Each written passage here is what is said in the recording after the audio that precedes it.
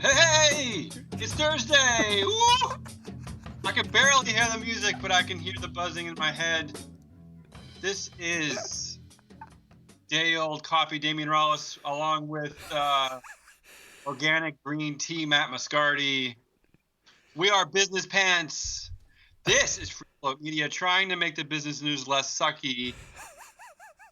I heard the co-founder of Planet Money, who basically stole our tagline, but I think we have a little bit more pep and vigor than Planet Money. Do you think do you think the co-founder of Planet Money, who co-founded Planet Money like 100 years ago, stole our tagline? Yeah, I do. I think he stole our essence. Can you build a lawsuit on that? It's unbelievable. He also had a staff of like 40 more writers and researchers. Well, a staff of one more writer would actually accomplish something. Be more. Yeah. Well, again, welcome. Let's not depress our audience with our trials and tribulations. I'm saying it's all great. It's great. It's amazing. The business news is amazing. Damian Rollis gets no appreciation in the business world for the amazing work that he does putting this show together, show running for us. So I think if you like Damian Rollis, go to freefloatmedia.com. Tell us. Go to Apple or Spotify, wherever you get your podcasts. Rate Damian Rollis. Yeah. 5 stars for Damian Rollis. All love, because he doesn't get nearly enough love, and we need your support. And I'm going to do it this way: that if nobody writes in and rates me, I'm going to take that as a sign of approval. It's time to quit. No. Either way, I just think that either way, if they say nothing, it means they love me. If they say they love me, it means they love me. Yeah. Well, all right. There's a lot of love. If they say they hate me, it's obviously ironic. So it's great. What do we got on the agenda? Well, just a crap ton of biz nuggets. Just too many. But this is how we roll. And then Matt's making something. I can't see what it is, but I don't really care. I'm going to make some stakeholder math, a beta version of stakeholder math. We're going to talk about stakeholders. We're going to follow up from yesterday, because why the hell not? Why not? The hell not? You tell me why not, and I will tell you why we should. So I got some Biz Nuggets music for you this week. Can you feel that? When we quit our day jobs, our motto was "Why the hell not?" Right? That's. And then we realized, because there's no money outside of the job. Yeah. But yeah. But okay. Are you feeling it? Can you feel this music right now? There's some rolling Biz Nuggets music. It's helping me. Feel that. All right. Roll us in on some Biz Nuggets. Let's go. Yeah. Let's hit it hard. I got a lot of nuggets, and I'm tongue-tied, so it's like the perfect combination today. Let's go, Biz Nuggets. Number 1, Uber. Uber informed its California customers that it would switch to providing estimates as opposed to fixed prices for its rides in response to a new law that makes it harder to qualify its drivers as contractors. The company hopes the changes will bolster its argument that Uber is merely a technology platform connecting riders with drivers, not a transportation company. Fancy that. Matt, can we file this in the Uber does things to screw its drivers, so people will think it's a tech company, so analysts won't notice that that they don't make money because maybe they're the next Google? Did that come out right? That was a mouthful. Yeah, that was hard. Well, when the Uber, there's already rumblings of this, but when the Uber drivers all realize that they're getting screwed and unionize as a collective group of independent contractors and collectively bargain with Uber and Lyft, what do you think happens then? Do they think that like we just repeat taxis? Is that what happens? I'm going to let that linger. It is the perfect segue to our next story. Major union launches campaign to organize video game and tech workers. The campaign to organize digital employees, CODE for short, is a new project of the Communication Workers of America aimed specifically at unionizing video game and tech companies. Is this the dawn of stakeholder power, Matt? See what you did, Business Roundtable? In your rush to greenwash, you might have unwittingly created a monster. I know. Well, the fascinating I will thoroughly enjoy watching all the tech members of the Business Roundtable find a way to say, well, this isn't the stakeholders we were trying to serve. That'll be a fun squirm. Here's the bigger takeaway here. Code, that's the best they could do.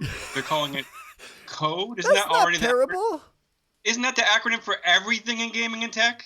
That's probably true. Right. Well, I mean, I imagine like crush the companies that are crushing you as an acronym, which would be like QQ, probably was not nearly as robust a marketing ploy. Though these are the same employees who largely are going to be the shareholder activists that Amazon is trying to dissuade from doing any shareholder activism because they will fire them. So here's what I came up with We Are Coders. We representing the collective, and the backwards R representing everything else great about the world. A security flaw. Okay, this is the headline. Security flaw in China's TikTok app was found. It lets hackers use text messages to control accounts. I thought you were going to say mines. All I got to say on this one is I'm going to call out the overt xenophobic, racist nonsense there at CNBC who put this phrase in there, China's TikTok app. So I'm guessing that CNBC stands for the China baiting clickbaiters. Is that it? I was on Twitter this morning. I saw a couple of Facebook articles this morning, and whenever I think TikTok, I think Facebook, not because they're in competition and Mark Zuckerberg is afraid of them as a revenue scrape for Facebook. I think of them because Mark Zuckerberg is China and China is China. And for whatever reason, like the headlines, there was one in the Times. They were about like Facebook is not backing off their political ad stance. Mm-hmm. And I thought, wait a minute. None of these articles should say Facebook is not backing off of a stance. It should say Mark Zuckerberg is not backing off of a stance. And then you would actually realize that you're choosing one boogeyman over another boogeyman. Which one's worse? TikTok reading your texts or Mark Zuckerberg reading your texts?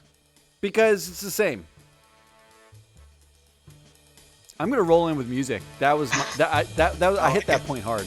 That's a great point. Speaking of trying to infiltrate Zuck, is that what we're speaking of? I think we were, kind of. Infiltrate might be the wrong word. Corporate bosses are wary of the return of the corporate raider, now known as shareholder activists. Unlike a typical shareholder, an activist buys enough stock to corner the vote on important company decisions like appointing board members or firing CEOs, Zuck. Here's an example from the article. Legion Partners bought 5.9% of shares of Perry Ellis, and they got enough support to get a seat in the boardroom. So here it is, Matt. All it takes is 5.9% of the vote to make corporate bosses scared. That's it. Well, there's two like concurrent things happening. Number one, I didn't see a study from late last year about how shareholder activists, these type of corporate raidery, they're not really raiders, they're kind of like just shareholder activists, were actually targeted on average poor ESG performers. So basically, the companies that suck at doing stuff in the real world are the ones that these raiders, quote unquote, tend to target. That's kind of good news. The bad news is the SEC also passed a law last year to limit if any like resolutions fail, they're trying to protect corporations. The nuance of those laws, I'm not going to go into, but I have to imagine some of that was about limiting the kind of like corporate raidery, shareholder activist-y stuff, right? So, right, which are targeting sucky ideas, as you pointed out. SEC, the takeaway here is companies and the SEC don't like your ideas, investors. So shut the hell up. McDonald's is expanding its Beyond Meat plant-based burger trials in Canada. That sounds so clinical. It's called the PLT burger. You got that? PLT. PLT burger. Acronym is a terrible acronym. Yeah, so here's all I could come up with, and feel free to enlighten me. But here's I came up with Plant Loves Burgers. No, terrible. People Love Tomatoes Burger. What does that even mean?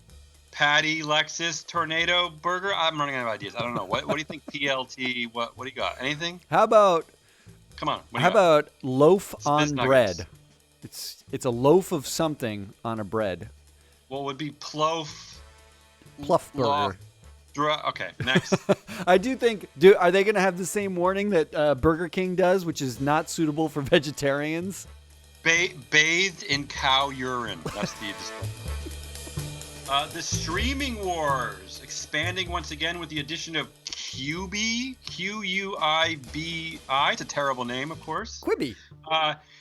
It's a Netflix rival that will limit show times to 10 minutes. Got that? Quibi intends to charge $5 per month for basic access, $8 for the ad-free version. Quibi is led by former HP CEO Meg Whitman and Jeffrey Katzenberg of Disney and DreamWorks. There's a lot going on here, Matt. A lot to unravel. First, Netflix just declared bankruptcy, so already a win for Quibi. Second, after the opening and closing credits, that leaves about 3 minutes of content, which is just long enough for anyone to, not care about, I guess? I don't know what's going on at Quibi. And last, content development from the former CEO of Hewlett-Packard. I'm guessing each show involves staring at a big, gray, dusty box and wishing I had enough money to afford Apple.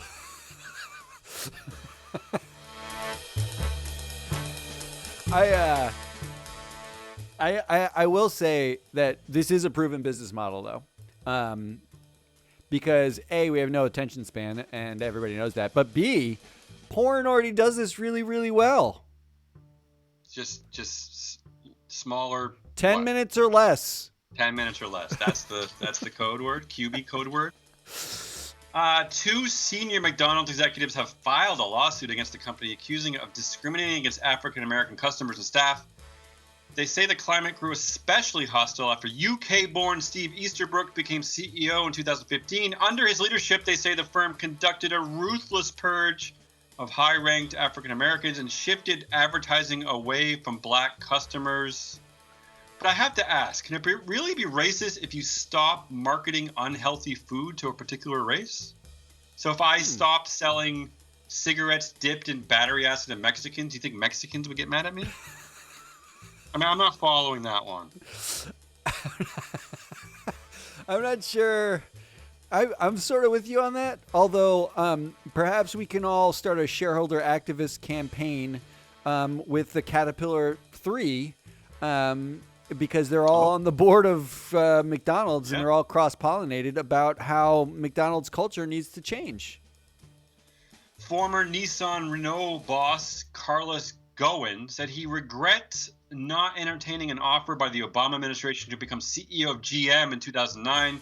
Ghosn said that they offered him double his salary and that this is an example of why the depiction of him as a cold, greedy dictator was inaccurate. So you think it's that easy, Carlos? So one time you chose anything in this world over more cash, and now you're suddenly Greta Thunberg?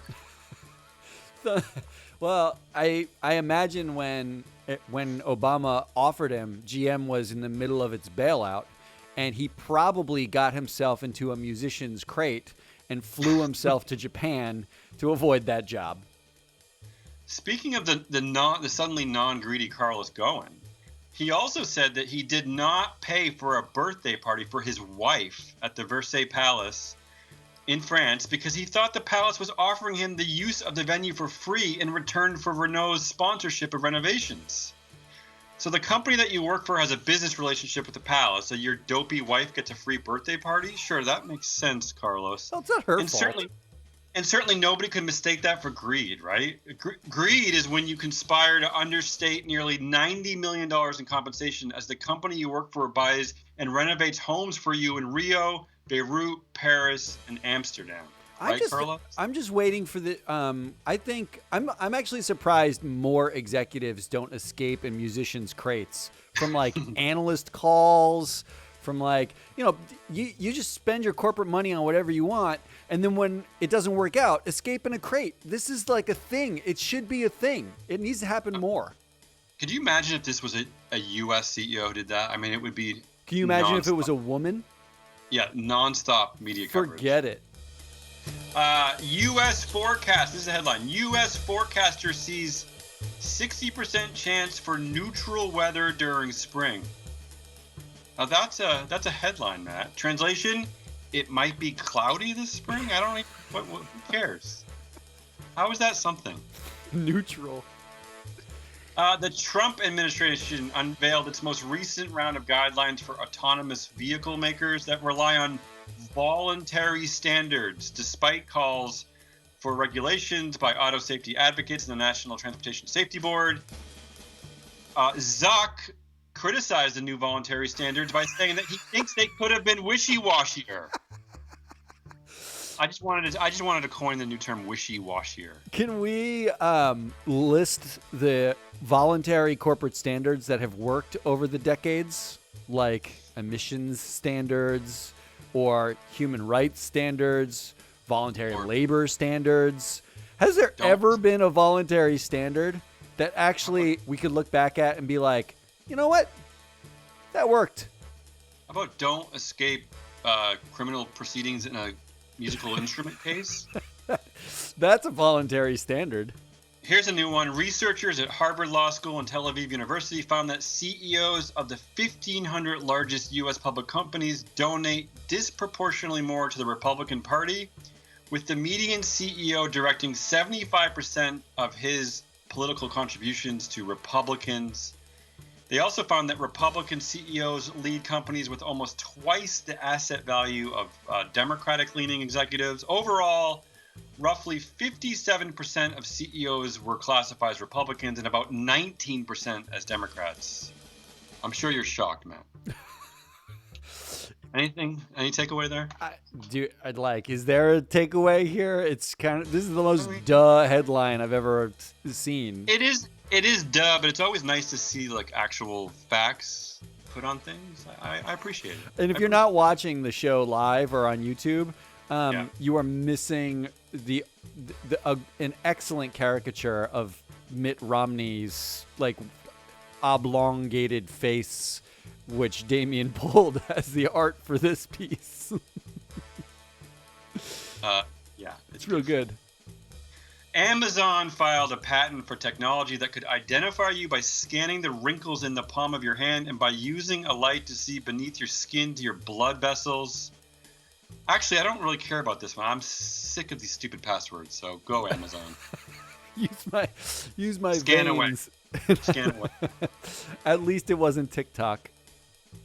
Boeing's push to make training profitable. I'm going to repeat that because that just sounds crazy. Boeing's push to make training profitable may have left 737 MAX pilots unprepared.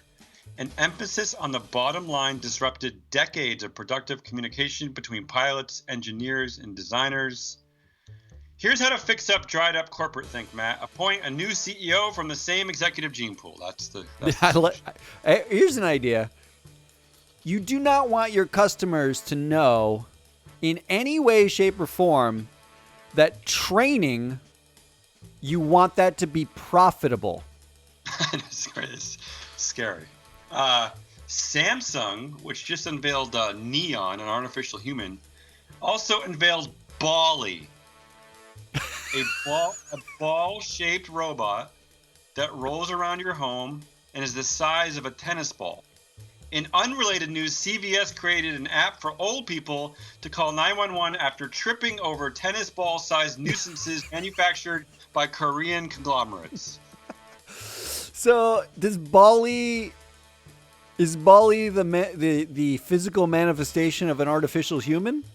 Ballie is the physical manifestation of the only idea worse than a foldable phone. Can you imagine a tennis ball-shaped thing rolling around your house? What does it do? I don't understand. It trips you, man. It just rolls in front of you. I've got 2 cats. I don't need Ballie. Hyundai to make vehicles for Uber's planned air taxi service. Air taxis are expected to leapfrog traffic congestion by cruising at altitudes of up to 2,000 feet at speeds of up to 60 miles per hour. They're called personal air vehicles, PAVs. Yet another loss for another win for terrible marketing. PAV. Is that short Jump for, in my PAV. Is that short for death trap? What is that short for? It is short for. I'm really glad that they chose a company that had to recall more than 100% worth of its sales in 2017. Like Hyundai had massive recalls 2 years ago. That's the one where we want to get in a driverless thing 1,000 feet into the air. Well, this maybe is the reason alone why Travis is completely bounced out of this company, because he can't be sued for any of this nonsense. Finally, calling it the next step for us in working life, Finland's newly installed Prime Minister Sanna Marin, who is a 34-year-old woman, I might want to repeat, someone we talked about here, a 34-year-old woman, that's right, has proposed putting the entire country on a 4-day work week that consists of 6-hour workdays. That's it. I have nothing to add. Once again, I support women in leadership. Bravo. When are we expatriating? Whew, okay. That was a lot. Yeah, well, that's the way these nuggets go, man.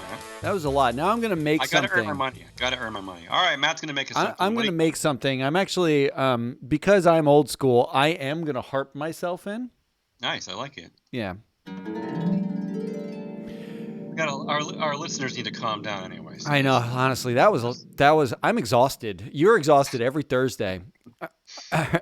So yesterday, if you listened to the show, you probably didn't, but if you did, you would have heard me discuss stakeholder value. Basically, the idea of using the Business Roundtable's idea of stakeholders and trying to get to the fact that you have to value it. You have to measure it in order for it to have any meaning. So what I'm going to do right now is I'm going to do a case study in stakeholder value. And this is some math, okay? Numbers are boring. I'm not going to lie, but I'm going to spew some at you. Okay. And just as a reminder, if you didn't listen, we are talking about the stakeholders of employees, customers, investors, governments, and then this kind of like system that we live in as a stakeholder. What Mark Brammer called the ecological bank, but it's like we live in a universe on a planet, and you have to dig shit out of it in order to build your widgets.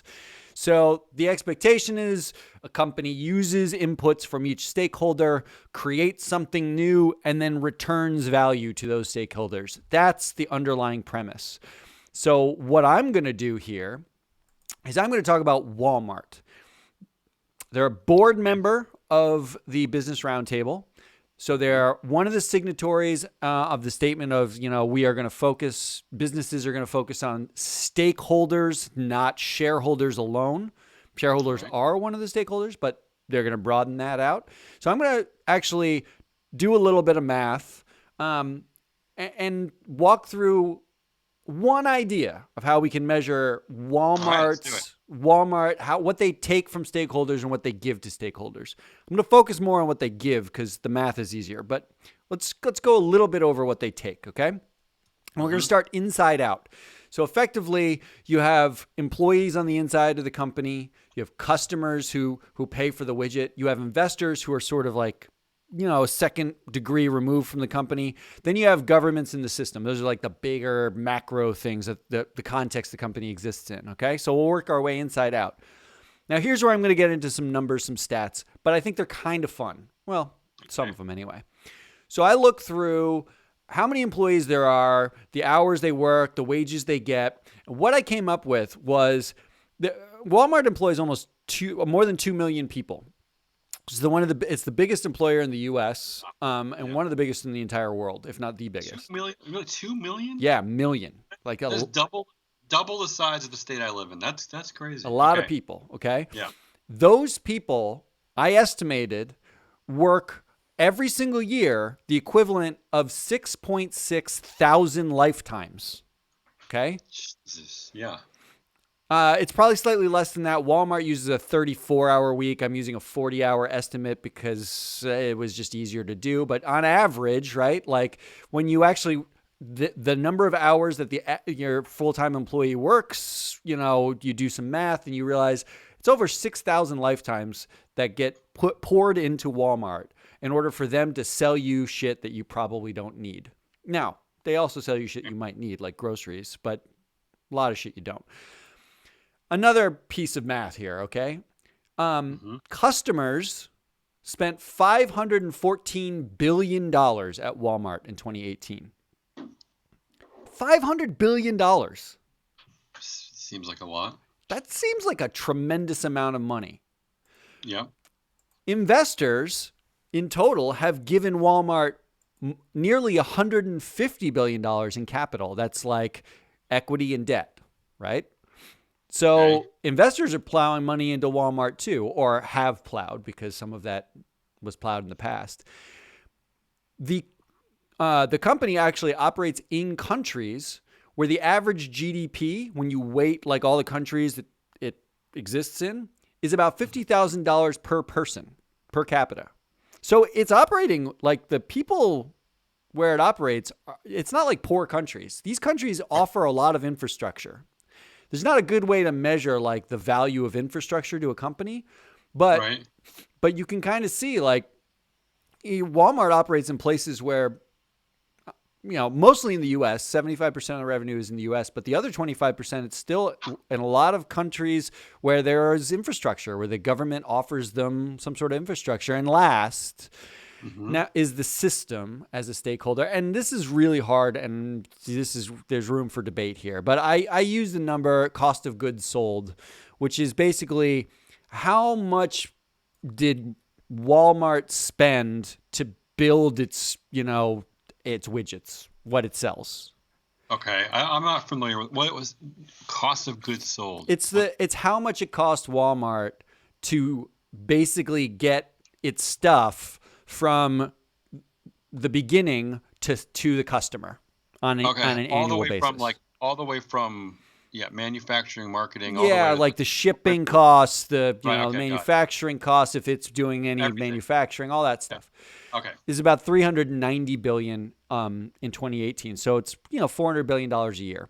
That's not a great way to estimate the system, but I'm not an environmental economist. It's a number to start with. This is why I just want to give these numbers for this is some of the inputs. This is how much money it takes for Walmart to exist. Money and lifetimes on an annual basis. It takes Walmart to exist. So what do we get for about 6,000 human lives, $500 billion in cash, $147 billion in investor money, the wealthy country infrastructure, nearly $400 billion just to get your widget from point A to you? What do we get for that? Okay.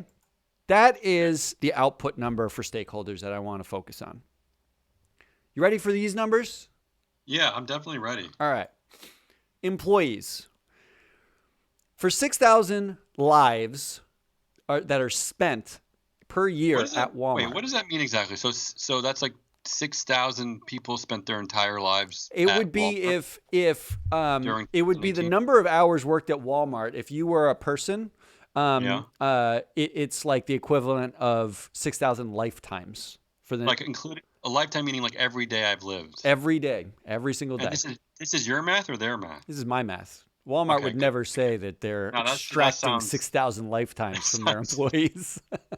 All right, keep going. For that effort, the employees made about $42 billion in compensation. They got paid $42 billion. Okay.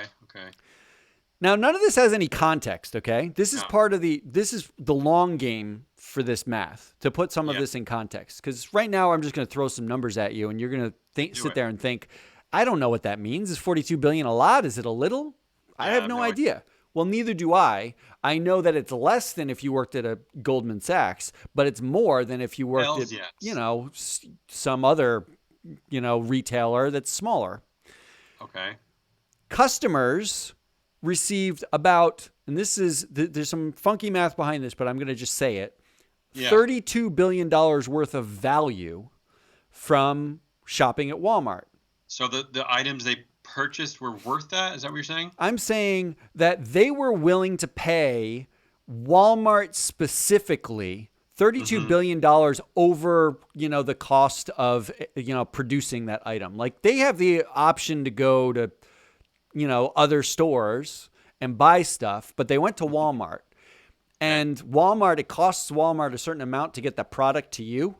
And customers effectively helped Walmart profit to the tune of roughly $32 billion, which is a way of saying customers are willing to spend extra money to go to Walmart. $32 billion in extra money versus what it costs to get to them. Okay? Yep. Investors made $8 billion, nearly 9, in dividends and payments on debt. That one's straight up. Investors give Walmart some money, Walmart pays them dividends, or Walmart pays down their loans. The government, now this one is fun. Government got about $3.2 billion in tax payments in 2018, 2018-19. Sure. Let me just say for the record, when you're making $500 billion in revenue and you are paying $3 billion in tax, there's probably some weird math there. But Walmart is not nearly the worst offender in any way. Amazon paid basically zero. So $3 billion is still something. And last but not least, the system. The system is the hardest thing to measure. Now, I'm going to shout out MSCI ESG, our mothership, our ex-mothership, because they have metrics about what are called sustainable impact metrics. They are based off of the UN creates this, hierarchy of goals for humanity, like reduce poverty and give everyone make sure everyone has food and, reduce fossil fuel consumption. It's all these how do we help the planet and humanity goals. Okay. You can actually ascribe revenues that companies make to do they help those one or more of those goals or not, right? So Walmart actually, because they sell a lot of groceries and they do it in a lot of places that don't have grocery stores. They call them actually food deserts. I was reading through Walmart's material. They target food deserts with some of their groceries. They are offering a service to people who could use it, right? So the estimate delivery service. Yeah, a little delivery, but it's more like nutrition, right? Like you offer some form of nutrition. The estimate that MSCI has is roughly $43 billion worth of nutrition given to people who shop at Walmart. Okay. The end number here. If all of this seems like confusing. The end number, if it does. You're going to come away with one number. Here's the number to come away with. For every dollar an investor gave Walmart, Walmart created 88 cents of stakeholder value. So investor meaning that $9 billion figure you just told me? That $9 billion. For every dollar...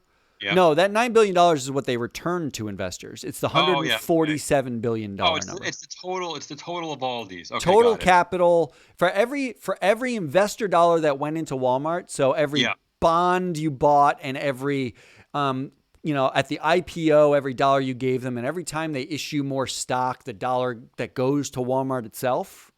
Mm-hmm. Every dollar of investor capital that goes into Walmart actually returns, quote unquote, 88 cents. I see. Okay. To all of the stakeholders in taxes, in compensation. Now, the question is that number good or is that number bad? That's a good question. That is the question we're going to answer, not right now. All right. We're going to answer it over time.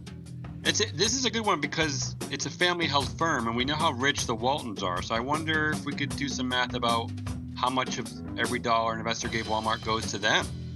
That's well, what you can see here is that about 12 cents of every investor dollar does not go back to those stakeholders. Mysteriously missing, but we don't have a context for that. We don't know if that's...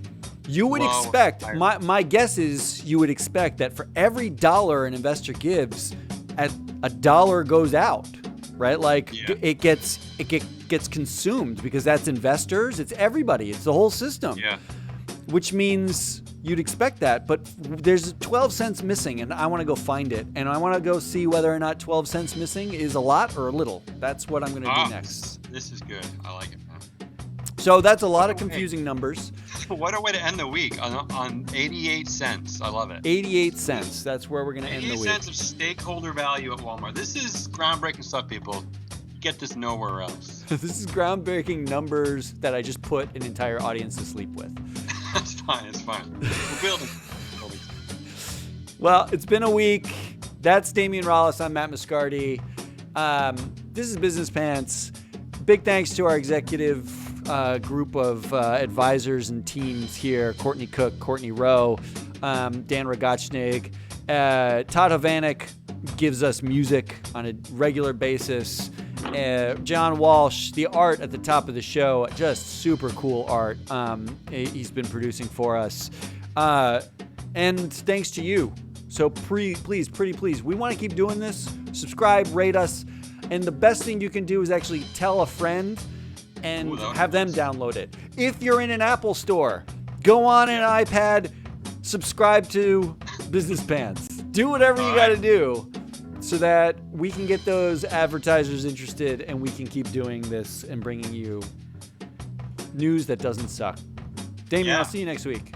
Yeah, we're on to Monday. On to Monday.